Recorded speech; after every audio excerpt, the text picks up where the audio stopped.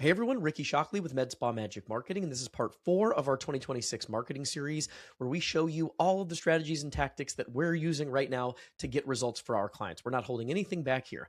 So make sure you watch the first 3 videos. We dive into consumer psychology, how to win in a competitive landscape, discounting and pricing strategy considerations, how to measure and track ROI, how to prioritize budget.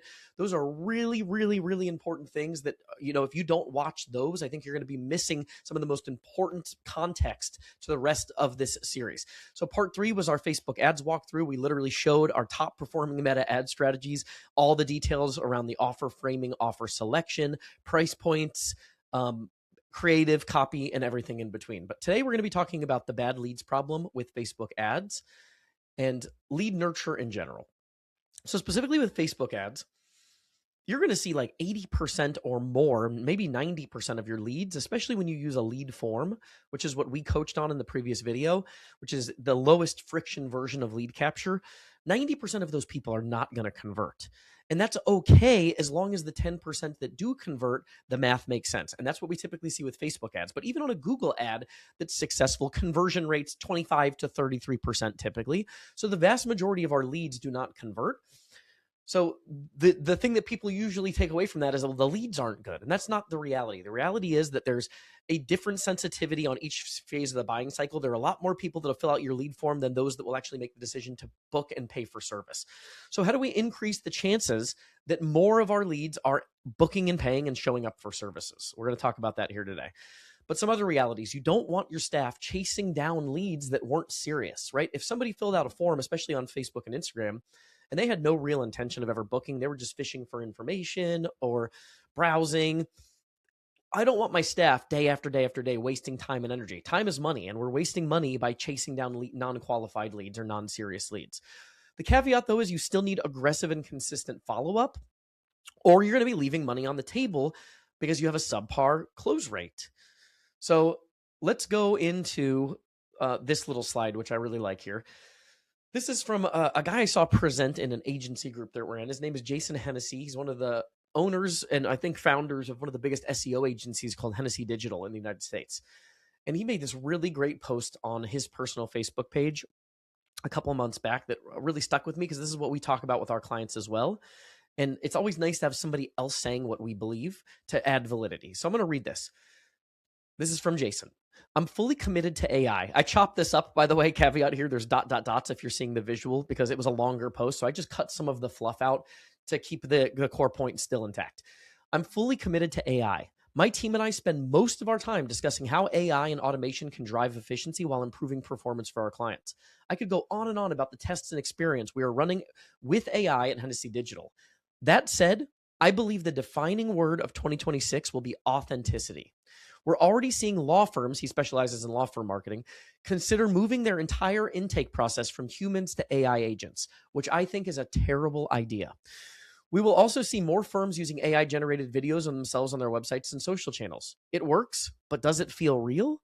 In a world powered by AI, being your true authentic self becomes a competitive advantage. I believe this is true with leads management as he outlined.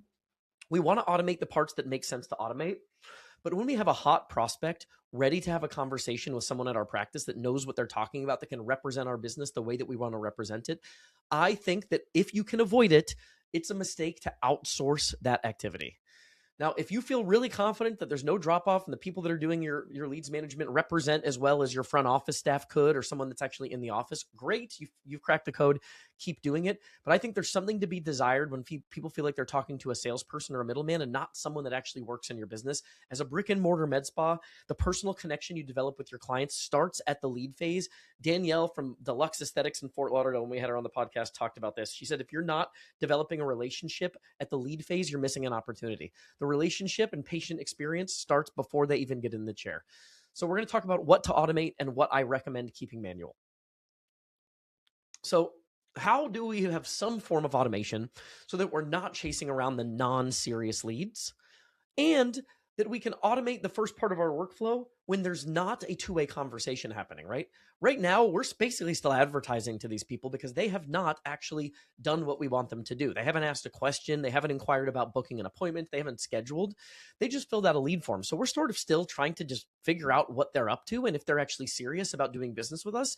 And since that is a one-way communication street, we can automate that part of the process because there is no wrench being thrown into the system yet in terms of a response to change what we have to do.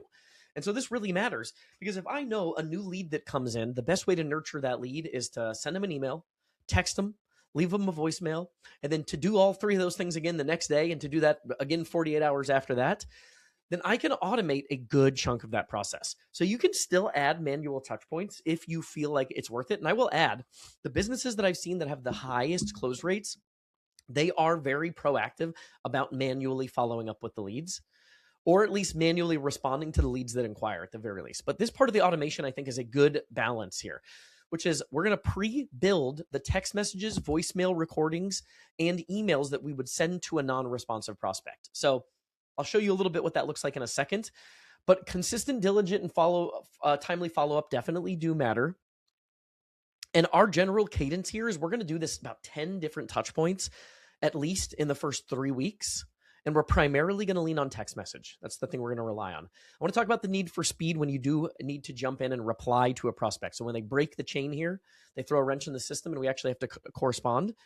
According to Velocify, lead conversions are 391% higher if you call within a minute of an online inquiry. Waiting an additional minute drops to 120%, and if you wait an hour, it drops to 36%. I think this is very true with incoming leads, especially people that have actually responded to a workflow.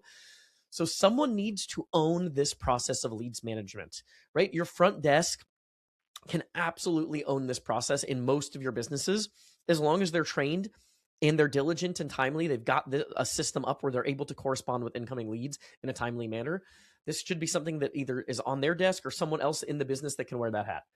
Hey practice owners, Ricky here. And if you're tired of seeing your marketing as an expense, it's time to see it as the investment it should be. At MedSpa Magic Marketing, we specialize in driving predictable, massive growth for med spas. We helped one client generate over 2,500 new clients directly attributed from ads in less than 18 months. And these aren't outliers, this is our expectation. We're HIPAA certified by Compliancy Group, rated a perfect 5 stars on Google, and we provide true consulting and strategic direction to our clients, not just button pushing. If your med spa is able to consistently invest in marketing and advertising, and you want a transformative look at the exact frameworks, ads, offers, and strategies that we use for our clients, schedule your complimentary strategy session with me at medspamagicmarketing.com. That's medspamagicmarketing.com. Here's why lead conversion rate is so important. Let's say you spend $1,000 on ads, and your lead cost is $20 and you convert 10% of your leads, using Facebook as an example here. With that, you're seeing 5 new patients per $1,000 in ad spend, which is a $200 customer acquisition cost. If you can take all other numbers are the same, your lead cost stays the same, your investment stays the same, you simply can just bump your lead conversion rate from 10 to 20%. You double the amount of patients that you're seeing. And now for that same $1,000 in ad spend, you have a customer acquisition cost of $100. And you're seeing twice as many patients, right? Obvious here, but just to illustrate the example of why this is so important and conversion rate mattering so much, the difference between 1,000 new patients versus 500 new patients over the course of the year, in our rough estimate, is $25,000 in monthly revenue growth that you're leaving on the table. So fast forward that out a year. If you were to spend that money, $100,000 over the course of a year on advertising, and one version gets you 1,000 new patients, the other gets you 500, the monthly revenue of the practice is off by $25,000 because of that inefficiency. So I'm not saying 20% is a realistic goal. It's not. That's on the high end. But let's say that's the 7 to 15% difference. That's probably a better example, just to illustrate why that's so important. All right, so here are my tips for success for how to do this. One is lean on SMS. I'm going to get to the tool that we use to do this too, but you can do this with anything. So I'm trying to keep this broadly applicable. If you have some other marketing tool that manages leads, Podium, Slick Text, HubSpot, Infusionsoft, High Level, which is what we use. Any of those tools can do this. But here are my fundamental principles that apply regardless of the tool. Lean primarily on SMS. Most of the leads are going to correspond via SMS. People are not typically answering the phone at a super high rate unless you call them really, really fast. And emails mostly get ignored, to be honest. So we supplement with those types of things. Text messages where the communication and the correspondence is primarily going to happen. So lean on that heavily. Tip number 2, personalize. I don't want if somebody on the back end at my team is actually going to manage the conversation when somebody replies, then I don't think it's inauthentic to send these on behalf of the person that is going to be corresponding with the client. So in this example, hey Kayla, it's Mel from blah blah blah Med Spa. Wanted to follow up again and see if you had any questions on the services offered in our virtual coupon book. Right? Personalized, casual, conversational text messages that are from a specific person to a specific person are going to get the best result. If they feel like an automated send, the response rate drops dramatically. Tip number 3, use this as an opportunity to continue the sales pitch. Get them excited about doing business with you. We don't want to just ask for the business. We want to get them over the hump so that they see us. We have to win that validation phase. If you've watched video 1 and 2, we talk about the validation phase. A lot of people fill out a lead form and then they go to the drawing board doing research to figure out which one of these places seems like the best option. And if we want to nudge ourselves further in the right direction of looking like the obvious best option, we need to continue the sales pitch. So sharing a link to connect with us on Instagram, sharing a link to read our Google reviews if they're good, a link to some before and afters and like our treatment philosophy, meeting the provider, those kind of things can add the bells and whistles that push those leads over the fence and get them to actually book and schedule and to see you as the obvious choice. Tip number 4, remember this is now a sales game, and the goal of a sales game is to get a yes or a no. We don't want to be discouraged by people telling us, no, I'm not interested, leave me alone, stop. That's kind of the goal. We want to get people to tell us if they're not interested anymore, so we stop bothering them. And the goal is that leads aren't lingering, that we're getting as many people possible as possible to either a yes or a no. So question-based prompts are another really good thing. We can ask a question to try to elicit a response rather than just making a statement or directing them to online booking. So if we can start a conversation via a question, it's going to give us a better opportunity to nurture that prospect over the finish line. The next thing is, after we go through this workflow and we have somebody booked, we need to be pretty strategic with the show up sequence. So here's a little pro tip that we found that is problematic in most of your EMRs. I see this message as a default in so many of the EMRs. And it basically says, hey, we're so excited to see you. To confirm your appointment, press C. To cancel, press X, or something like that. And what you're prompting them to do is to remake the purchase decision from scratch, and you're presenting clearly the opportunity to bail as if it's a 50-50 proposition. I think that's crazy. These people have already made the decision to book and schedule an appointment. We just want to excitedly confirm the appointment, not go back and give them and force them to remake the decision as to whether or not this is something they really want to do. It seems maybe counterintuitive. If they really wanted to do it, they're going to do it anyways, but it's not true. The smallest points of friction will cause people to go back to the other side of the fence and not show up for the appointment. We want to make this as seamless as possible. And we want the default assumption to be that the appointment after it's scheduled is confirmed. So we're going to say, appointment is confirmed. We're excited to meet you, not do you want to confirm your appointment? If you say, do you want to confirm the appointment, what you've changed the default to is that if I don't say anything, the assumption is the appointment's off. If I say your appointment is confirmed, the default assumption that is if you don't say anything, your appointment is on. And that's a really, really important adjustment to framing. So don't prompt people to bail with those automated messages. And then also try to be pretty consistent and diligent with the follow-up up to the appointment, right? 2 days before, a day before, morning of, be sending those reminders, getting them excited for the appointment they're about to show up for. Here are some examples on the long-term cold nurture. So after those leads go through that first 3 weeks, these people are still on our list so that we can remarket in the future to them, right? Text message blasts, email newsletters, monthly specials. They're still going to be in our database until they opt out to receive future announcements. So if they didn't bite on this first thing, they might down the line. So let's be intentional about nurturing them and continuing to drip those know, like, and trust deposits and additional promotions. Hey there, wanted to briefly interrupt the episode to make a quick ask. If you're a podcast listener, it would mean the world to us if you'd leave a review for the podcast, whether that's on iTunes or Spotify. It's something I hadn't really remembered or thought of asking for, but it does help us show up more frequently so that we can reach more people with the information that we're providing. So it would mean the world to us if you'd leave a review on iTunes or Spotify, if you're listening on audio. If you're watching on YouTube, make sure to hit the subscribe button so you're in the loop for future videos and you don't miss any of the content that we're putting out. Tip number 7, this is a new one this year. I talked about correlation principles in our, I think it was video 2 of the series, and how important they're like 3 or 4 correlation principles that are really important to kind of lock into your mind so that you can understand how to strategize properly. And here's another one to remember. Anytime friction increases, customer acquisition cost goes up, meaning your close rate, your response rate goes down, right? So it's more expensive to close clients when you add friction, simply put. So for example, a lead form versus a landing page. Lead form is lower friction. So usually we see customer acquisition costs go down. Now a landing page will pre-screen clients better. So the percentage of closed clients from a landing page will be higher, but the absolute volume is still better in our experience from the lead form because there's more leads. Even if a smaller relative percentage convert, we still have a larger number in terms of absolute volume at the end of the funnel. Texting versus forcing a call, another important one. If you just lean into the fact that people are corresponding via text and you don't try to get them on the phone, you're going to have a better response rate because you're introducing less friction. If you have availability after hours or on Saturdays, you're reducing friction, you're going to lower customer acquisition cost. If you only have a 9 to 5 office schedule with a lunch break, that's introducing a point of friction for some people, and your response rate goes down, customer acquisition cost goes up. The last one I wanted to talk about specifically to lead nurture is credit card capture. So this is a hot topic. Do we require credit card for booking?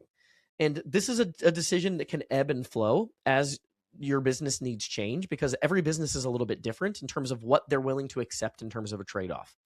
For example, if you have a provider that's coming in specifically because they have scheduled appointments, you probably need a credit card capture because you can't afford to have no-shows when you're paying the provider to be there. You're losing money on that. So I will accept a higher customer acquisition cost to reduce the risk of no-shows in that case. If I want to optimize for absolute volume again, I'm going to remove the credit card requirement because it's introducing a point of friction, which means it's going to make my customer acquisition cost go up via a lower response rate, lower close rate. So understand that with credit card capture. And the same goes for a deposit. A booking deposit is more of a point of friction than just the credit card on file. Credit card on file is more of a point of friction than not requiring a credit card on file. So understand that you make that trade-off. There's always a counter to that, right? So if we want largest absolute volume, I might accept 50% no-show rate, knowing that the 50% of people that do show still gives me the largest absolute volume, if that makes sense and my business can handle that in the schedule. If there's scheduling concerns and we just don't want to deal with that frustration, we can introduce this step, but know that it diminishes results a little bit in terms of customer acquisition cost. So the last thing here is you got to track results.